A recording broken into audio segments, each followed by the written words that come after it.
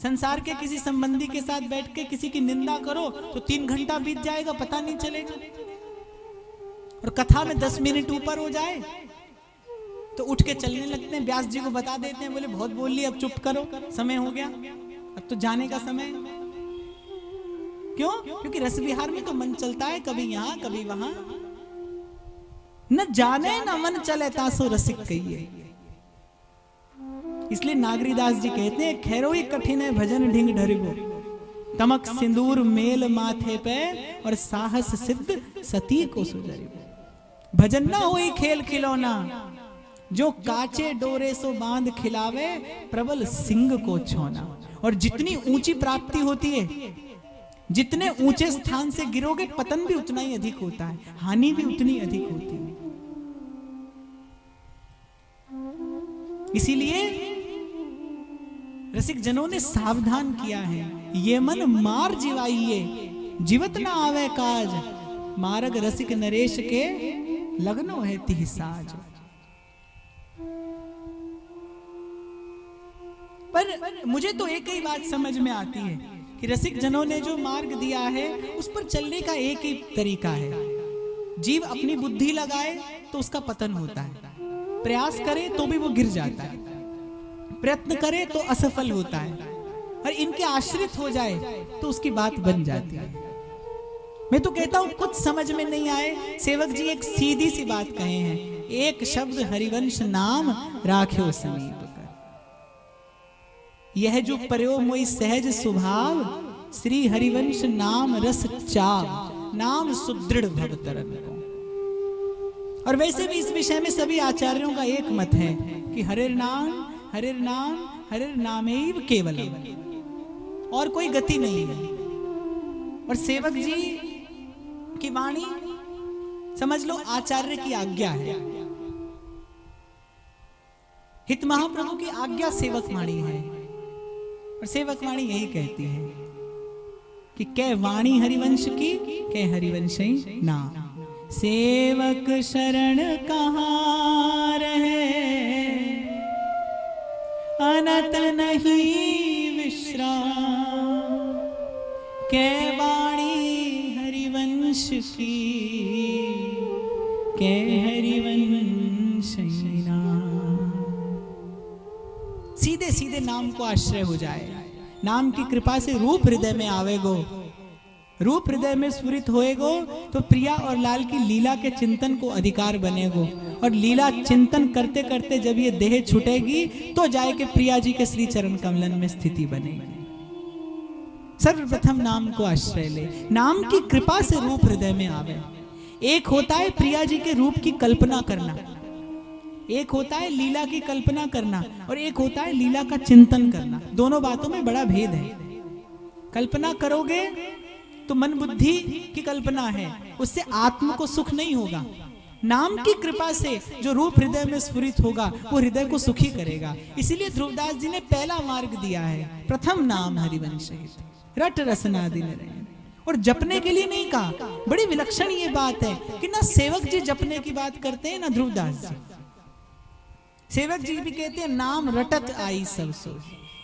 जपना होता है भावना भावित होकर जपना, इष्ट के स्वरूप के अनुरूप होकर जपना। और रटना होता है तोते के जैसे रटना, केवल रटना, जिह्वा से रटना। और ये नाम ऐसा विलक्षण है केवल रटने मात्र से भी इस नाम का जो नामी है हरि राधा वृंदावन और सहचरी वो हृदय में प्रकट हो जाता है, जीव तद्वत हो जाता है नाम जपते जपते। और क्या सुख लाल जी को मिलता है कि जब वो चकोरवत प्रिया जी की वदन चंद्र माधुरी का पान करते हैं, जब कहते हैं कहा कहूं इन नैनन की बात, ये अली प्रिया वदन अंबुज रस अटके अनत न जात।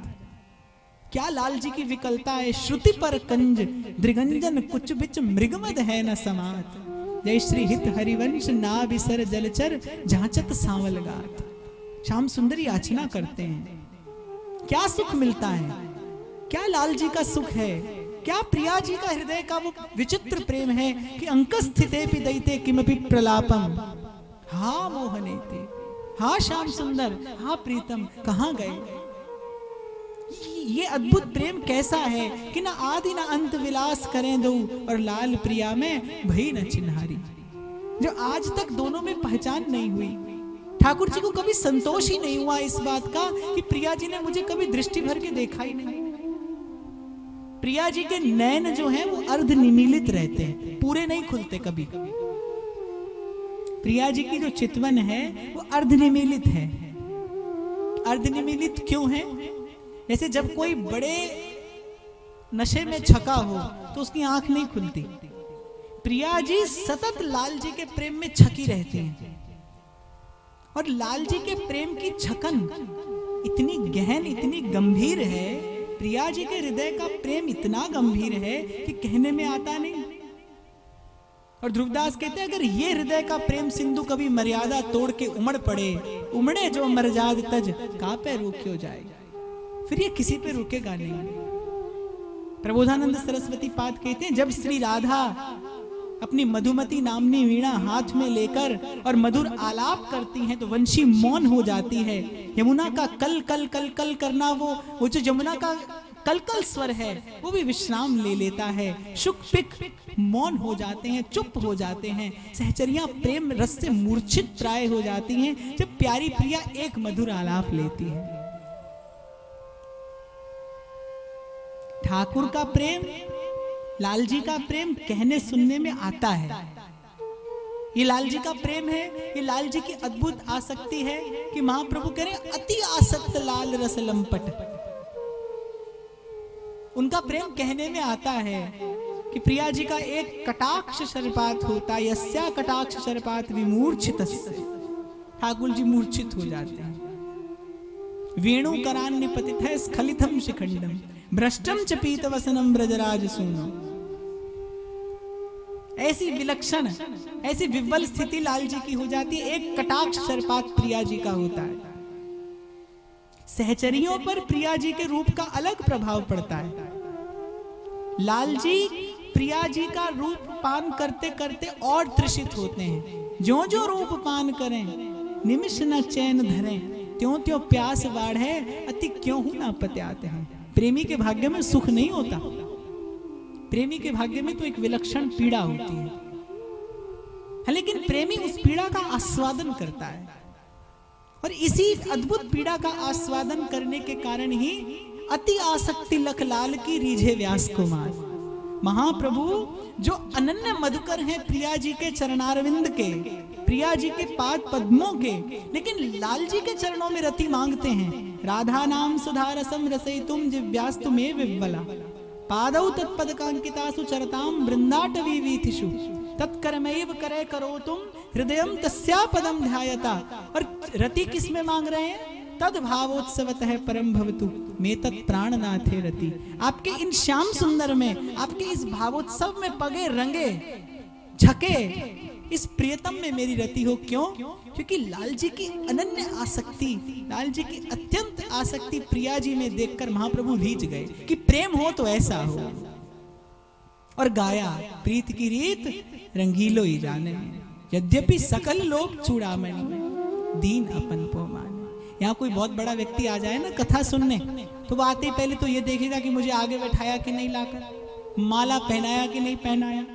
जीव अपना बड़ा क्षुद्र सा अभिमान नहीं छोड़ पाता। और ये सकल लोग चूड़ामणि हैं, और केवल प्रिया जी के चरणों में विनत हो ऐसा नहीं है, केवल प्रिया जी के चरणों की याचना करें ऐसा नहीं है। यत किंकिरीषु बहुशः खलु काकुवाणी नित्यम परस्य पुरुषस्य शिखंड मौले। क्या महाप्रभु की बोलन है। एक और प्रिया जी की किंकिरी के चरण दिखा रहे हैं। यत किंकिरीषु बहुशः खलु काकुवाणी, चापलूसी कर रहे हैं, खुशामद कर रहे हैं लाल जी। और दूसरी ओर अगली पंक्ति में लाल जी का वो वैभव बताते हैं, नित्यम परस्य पुरुषस्य शिखंड मौले। कौन? कोई साधारण नहीं, परात्पर परब्रह्म पूर्ण पुरुषोत्तम जगदाधार जगतपति सर्वनियंता अखिल कोटि ब्रह्मांड नायक कृष्ण। रसघन मोहन मूर्ति विचित्र केली महोत्सव उल्लसितम, राधा चरण विलोड़ित रुचिर शिखंडम हरिम वंदे।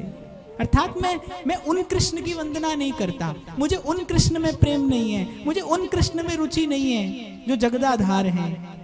जो सर्वाधार हैं, जो 6 ऐश्वर्यों से पूरित भगवान हैं, जो अच्युत हैं, जो नारायण हैं, जो पूर्ण पुरुषोत्तम है, मेरी उनमें कोई रुचि नहीं है। मुझे तो वो कृष्ण प्रिय लगते हैं जो अपना समस्त वैभव भूल कर राधा चरण बिलोड़े, जिनका वो मयूर पिच्छ, जिनको ब्रह्मादिक अपने किरीट से स्पर्श करने के लिए, जिनका दर्शन करने के लिए ब्रह्मादिक लालायित रहते हैं, जिनका वो मयूर पिच्छ हमारी प्राण प्रिया के चरणों में विलुंठित होता है। व्यास जी का पद है, तब मेरे नैन सिरात किशोरी, जब तेरे नैन निहारो, कोटि कामरति कोटि चंद वदनार विंद परवारों। और बड़ी विलक्षण पंक्ति व्यास जी कहते हैं कि तब मम मोर मुकुट सांचो, जब सेज महल रज झाड़ो। हे स्वामिनी, आपके शैया महल की मैं सोहनी अपने मयूर पिच्छ से करूं, यही मेरे मयूर पिच्छ की उपयोगिता है। और आपके शैया भवन की सोहनी करने के कारण ही मेरा मयूर पिच्छ सर्वोपरि है। दोनों बात लाल जी प्रिया जी से कह देते हैं। तब मम मोर मुकुट सांचो, जब सेज महल रज झारो। और तब मेरे नैन सिरात किशोरी, जब तेरे नैन निहारो। व्यास जी की बोलन बड़ी अद्भुत है। प्रिया जी के चरणों का ध्यान करते तो कहते हैं, सुभग गोरी के गोरे पाई, जाकी नूपुर धुनि पे मुरली वारों, और जावक पे ब्रजराई। कैसा अद्भुत रूप सौंदर्य रसिकों ने आस्वादन किया है प्रिया जी का, कि राधिका सम नागरी नवीन को प्रवीण सखी, रूप गुण सुहाग भाग आगरी न नारी, और वरुण लोक नाग भूमि देवलोक की कुमारी, मेरी श्यामा जू के रोम ऊपर डारूं सबवारी। देखो माई सुंदरता की सीमा, देखो माई सुंदरता की सीमा, देखो माई सुंदरता की सीमा। ब्रजनव तरुणी कदम नागरी, ब्रजनव तरुणी कदम नागरी, निरख करत ग्रीवा। देखो माई सुंदरता की सीमा, देखो माई सुंदरता की सीमा।